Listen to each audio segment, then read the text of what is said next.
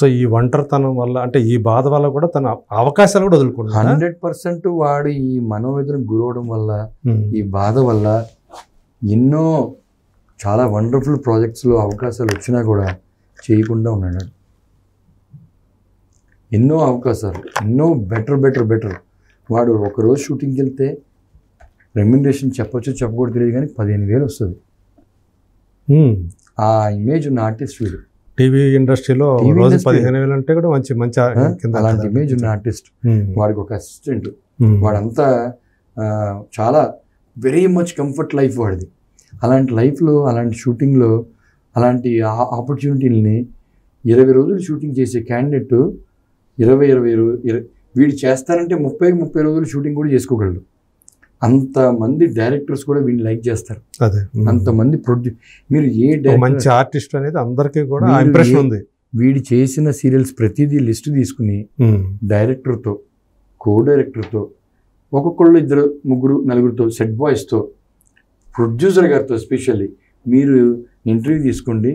ఒక్కళ్ళైనా తప్పు చెప్పితే, వీడి గురించి నెగిటివ్ చెప్పితే వాళ్ళ చెప్పు దెబ్బ తింటా నేను రెడీ. ఈవెన్ ఈ రోజు దాకా టిల్ డేట్ వాడు ఎన్ని ప్రొడక్షన్స్లో పనిచేసాడో అన్నింటిలో మంచి పేరే ఉంది వాడికి. సో ఇప్పుడు మొన్న 1వ తేదీ జరిగింది. అవునండి, మొన్న 1వ తారీఖు. సో మీరు వెళ్ళారు కదా అక్కడికి, అంటే మీకు 1, 2, 3 అక్కడే ఉన్నాను టోటల్గా. 1వ తేదీ మొత్తం అక్కడే ఉన్నారా? టోటల్గా 3 days ఐ వాజ్ దేర్. అంటే మీరు కబురు తెలిసిన తర్వాత వెళ్ళారా లేకపోతే ముందుగా? ఎప్పుడైతే హాస్పిటల్ నుంచి మా ఫ్రెండ్ ఫోన్ చేశాడో కొంచెం కండిషన్ బ్యాడ్గా ఉంది తొందరరా అంటే, అప్పటికి ఇంకా ఉంది, ప్రాణాలు ఉన్నాయి. విత్ ఇన్ నో టైం నేను రీచ్ అయిపోయా. నేను ఉండేది I stay in మాసప్ tank, Banjara Hills పక్కనే. Okay. With in no time నేను రీచ్ అయిపోయాను. రీచ్ అవ్వడం, వెళ్ళే టైంకి జస్ట్ అప్పుడే మినిట్స్లో తెలిసింది లేడనే విషయం. అది తట్టుకోలేని బాధ, తట్టుకోలేని మాట. ఇదేంటిది ఇలా వినాల్సి వచ్చింది ఏంటని చెప్పేసి ఎంతో బాధకి గురయ్యాం. ఆ రోజు కొన్ని కండిషన్స్ వల్ల వాళ్ళ బ్రదర్ యూఎస్లో ఉంటాడు, ఇన్ఫార్మ్ చేసాము. తర్వాత వాళ్ళ చెల్లెలు కూడా యూఎస్లో ఉంటుంది, ఇన్ఫార్మ్ చేసాము. బ్రదర్ ఏమో నెక్స్ట్ డే ఈవినింగ్ వచ్చాడు, చెల్లెలు ఏమో నిన్న మార్నింగ్, అంటే దట్ ఈజ్ సండే మార్నింగ్ వచ్చింది. సో అందుచేత తప్పని పరిస్థితుల్లో మేము మార్చురీలో పెట్టి బాడీని తీసుకుని వచ్చి నిన్న క్రిమేషన్ చేసామన్నమాట. నేను మహాప్రస్థానంలో చాలా గొప్పగా ఎంతోమంది వాడిని ప్రేమించిన వాళ్ళు, వాడితో ఎంత గ్యాప్ ఉన్నా కూడా పాత ఆర్టిస్టులు కూడా వాడితో ఫ్రమ్ ద బిగినింగ్, కెరియర్ బిగినింగ్లో యాక్ట్ చేసిన వాళ్ళు కూడా అందరూ వచ్చారండి, కలిసి పనిచేసే వాళ్ళు ఎక్కువ మంది అంతా వచ్చి. మీరు వాడి గురించి చెడుగా మాట్లాడుకుంటున్న ప్రతి ఛానల్స్కి నేను ఒకటే కోరుకున్న మనస్ఫూర్తిగా, మీరు అందరినీ స్పెషల్గా ఇంటర్వ్యూ చేయండి. ఆర్టిస్ట్, వాడితో పాటు యాక్ట్ చేసిన ఆర్టిస్టులని, మెయిన్ ఆర్టిస్టులని, కొంత టెక్నీషియన్స్ని కూడా తీసుకోండి. అలాగే కెమెరామెన్స్, వాడితో యాక్ట్ చేసిన సీరియల్స్ కెమెరామెన్స్ని మీరు ఇంటర్వ్యూ తీసుకోండి. డైరెక్టర్ని ఇంటర్వ్యూ తీసుకోండి, కో డైరెక్టర్తో ఇంటర్వ్యూ తీసుకోండి, ప్రొడ్యూసర్తో తీసుకోండి. ఎవరన్నా తప్పుగా చెప్తే దాన్ని మీరు యాస్టీస్గా ప్లే చేయండి. పలానా వాళ్ళు చెప్పారు, పలానా డైరెక్టర్ అని చెప్పి అతన్నే పెట్టి మీరు టెలికాస్ట్ చేయండి. ఎవరెవరో బయట వాళ్ళను, బయట జర్నలిస్టులు ఎవరెవరో అతనితో వర్క్ చేయలేదు, అతనికి సంబంధం లేని వాళ్ళని సీట్లో కూర్చోపెట్టి మాట్లాడిచ్చేసి అయ్యే వాస్తవాలని చెప్పేసి చెప్పిచ్చేస్తే ఎలాగా? మీకు ఏం తెలుసని? వాడు వ్యక్తిత్వం గురించి ఎవరికి ఏం తెలుసు? మాకు తెలుసు వాడెంత జెన్యూనో. వాడికి ఈ రోజు దాకా మా ఫ్రెండ్ సర్కిల్లో, మా చిన్నప్పటి నుంచి, బాల్యం నుంచి వాడు ఎవరిని ₹1 అడిగింది లేదు, ఒకరి దగ్గర అప్పు చేసింది లేదు, ఒకరి దగ్గర తప్పు చేసింది లేదు, వీడు తప్పు చేశాడని అనిపించుకున్నది లేదు. మేము ఎంత క్లోజ్గా ఉండేవాళ్ళం అంటే మా మధ్యనే ఇప్పుడు గొడవలు లేవు మాకు. అదే ఇన్ని సంవత్సరాల జర్నీలో ఫ్రెండ్స్లో మా మధ్యన ఇప్పుడు డిస్ప్యూట్ లేదు, గొడవ లేదు, ఆర్టిస్టులతో గొడవ లేదు. అంటే ఫ్యామిలీ డిస్ప్యూట్ ఉంది వాస్తవమే, కానీ అది భూతత్వంలో చూపించేంత ఘోరమైన వీడేం చేయలేదు. తను అనారోగ్యంతో చనిపోయాడు, అనారోగ్యంతోనే చనిపోయాడు. వాడికి హెల్త్ కొంచెం సహకరించాల. అది ఓన్లీ వన్ కాజ్, వాడికి బాడీలో గతంలో 10-12 ఏళ్ల క్రితం జరిగిన పేస్ మేకర్ వల్ల ఇబ్బంది అయ్యి మళ్ళీ రెండోసారి చేశారు. దాన్ని కూడా చేసిన తర్వాత కొంతకాలం ఒక 2-3 months బాగానే ఉన్నాడు, కానీ క్రమక్రమంగా ఆపరేషన్, పర్టికులర్గా ఆపరేషన్ అని చెప్పలేం, కానీ ఆపరేషన్ ఒక ప్రొసీజర్లో చిన్న మిస్టేక్ జరిగి ఉండొచ్చు. కానీ వాడికి హెల్త్ కొంచెం మనోవేదనకి ఎక్కువ గురి అయిపోయాడు. బాగా ఇక చెప్పలేకపోయాడు.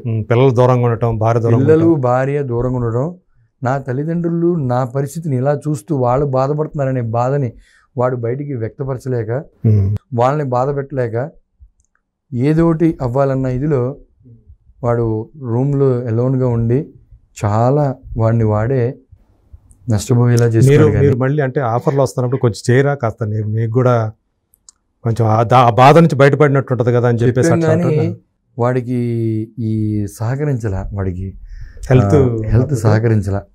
ఎందుకంటే స్టామినా డ్రాప్ అయిపోయింది కొంచెం, ఇదివరకు ఉన్నంత స్ట్రాంగ్గా లేడు. ఆలోచన విధానం ఏంటంటే ఎస్ ఐఎమ్ పర్ఫెక్ట్,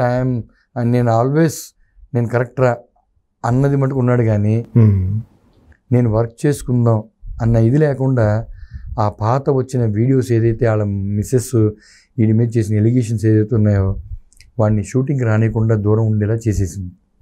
అంటే నలుగురిలో ముఖం చూపించలేక ఎక్కడికి వెళ్ళినా కూడా ఏంట్రా నా భార్య, నేను ఇంతమందితో ఇన్ని రకాలుగా ఇంత బాగున్నాను అంటే అడిగేవాళ్ళ. తను ఏమన్నా బయటకు వస్తే ఇట్లా అడిగేవాళ్ళ? అతను అడిగేవాళ్ళు అడుగుతారు అంటే వాడు ఆ ఫీలింగ్ ఉంటుంది కదా, ఆ ఫీలింగ్ వాళ్ళు అడుగుతారేమో, పవి అలా కాదు కదా, నేను అలా కాదు కదా అన్న ఇది కదా అన్న ఇదిలో వాడు బయట వాళ్ళు ఎవరన్నా ప్రశ్నిస్తారేమో, ఏ రోజన్నా నేను ఫేస్ చేయాల్సి వస్తేమో, ఏంది నా జీవితం ఇలా అయిపోయింది, నా భార్య ఇంత దారుణంగా నన్ను ద్వేషిస్తుంది ఏంది, నేను చేసింది ఒకటైతే ఇంకో రకంగా నా మీద చెప్పి అపోహ క్రియేట్ చేయడం ఏంది, నా ఫేమ్ని ఆడి సక్సెస్ని మొత్తం అంతా కూడా ఆ జరిగిన డిస్ప్యూటు మొత్తం బ్లాస్ట్ చేసేసింది. అదే అంటే ఒకరినొకరు ఇష్టపడి పెళ్లి చేసుకున్నారు కానీ మొత్తానికి ఎక్కడో ఇద్దరి మధ్య ఒక అపోహ అనేది మొదలైంది. వాళ్ళ భార్యని నేనేమీ తప్పు పడతలేదు, భార్య భర్తలు అన్నాక మనస్పర్ధలు వస్తాయి చిన్న చిన్న. ఏంటంటే తనున్న ఫీల్డ్లో ఇట్లాంటివి రావడం అనేది సహజం. వాటిని మనం నా భర్త ఏంటి అనేది నమ్మకంగా ఉంచుకోవాలి. ఉంచుకోకపోగా వాడంతే, వీడింతే, వీళ్ళందరూ ఇంతే, అన్ని డౌట్లతో ఉండి వాడిని ఇబ్బంది పెట్టారు. సరే ఇబ్బంది పెట్టినప్పుడు సరే కొంతకాలం గ్యాప్ ఉంది కదా మీ ఇద్దరి మధ్యన, మళ్ళీ ఒక అవకాశం ఇవ్వమని చెప్పి స్నేహితులు అడుగుతున్నారు, మీ కుటుంబ సభ్యులు అడుగుతున్నారు, వీళ్ళ పేరెంట్స్ అడుగుతున్నారు, ఎవరొకరి ద్వారా మీడియేషన్ జరుగుతూనే ఉంది. కలవచ్చు కదా, మళ్ళీ ఒకసారి ట్రై చేయొచ్చు కదా, మళ్ళీ కొంత జర్నీ స్టార్ట్ చేస్తే ఏమో నీకు మళ్ళీ ఏమైనా మార్పు కనపడచ్చేమో, నువ్వు అనుకున్నట్టుగా ఆ రోజు నువ్వు తప్పుగా అనుకుని ఉంటావు, ఆ తప్పు మళ్ళీ నీకు కనపడకుండా ఉండొచ్చేమో. ఇప్పుడు ఆమె వచ్చిందన్నారు కదా, మన దేనికి వచ్చింది. ఇప్పుడు లాస్ట్ 3.5 yearsగా సీరియల్స్ యాక్ట్ చేయట్లా. ఇప్పుడు నువ్వు మళ్ళీ జర్నీ స్టార్ట్ చేసి ఉంటే నీకేమో డౌట్లు క్లారిఫై అయ్యేయేమో.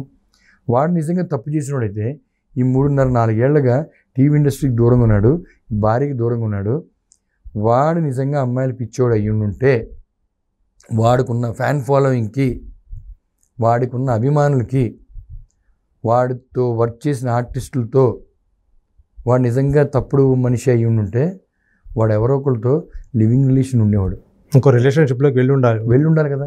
మరి ఎందుకు లేదు ఇది అంటే ఏంటి? వాడికి అలాంటి ఉద్దేశమే లేదు. వాడికి భార్య, వాడి పిల్లలు, వాడమ్మ, వాడి నాన్న, స్నేహితులు, నాకు సొసైటీలో ఒక రెప్యుటేషను, ఒక ఫేము, ఒక అన్నీ ఉన్నాయి. దాన్ని చెడగొట్టుకునే ఉద్దేశం ఉండడం వల్లే వాడు బాధపడ్డాడు. కానీ వాడు చనిపోవడానికి అన్ని కారణాలు వాడు నష్టపోయేలాగా అయ్యాడు. కానీ వాడిని ఎవరిని ఇబ్బంది పట్ల. వాడు సుఖపడాలి, వాడు ప్రశాంతంగా ఉండాలి. సరే జరిగింది ఏదో జరిగిపోయింది, ఈ కాలంలో అన్నీ సర్వసాధారణంగా జరుగుతున్నాయి కదా అని చెప్పి ఇంకో లైఫ్ స్టార్ట్ చేయాలనుకుని ఇంకో దాంతో ఉన్నవాళ్ళు చాలామంది ఉంటారు. వీడు అలా జర్నీ చేసి ఉంటే చాలా బాగుండేదని కూడా మేము అనుకున్నాం. అదే ఆ ఒంటరితనం నుంచి బయటకు పడేవాడు, అట్లీస్ట్ వాడు బయటపడి వాడు బతికి బాగుండేవాడు కదా. ఇప్పుడు బతికుండేవాడేమో. ఇప్పుడు ఆ అమ్మాయికి దూరంగా ఉన్నాడు, ఆ అమ్మాయి వద్దనుకున్నవాడు ఇంకొక అమ్మాయితో జర్నీ స్టార్ట్ చేసుకుంటే ఆ విషయంలోనే బతికి మా కళ్ళ ముందు నుండి వాళ్ళ అమ్మ నాన్నకి కడుపు అది పుత్రశోకం లేకుండా ఉండేది కదా, కడుపు కోత ఉండేది కాదు, కడుపు కోత లేకుండా ఉండేది.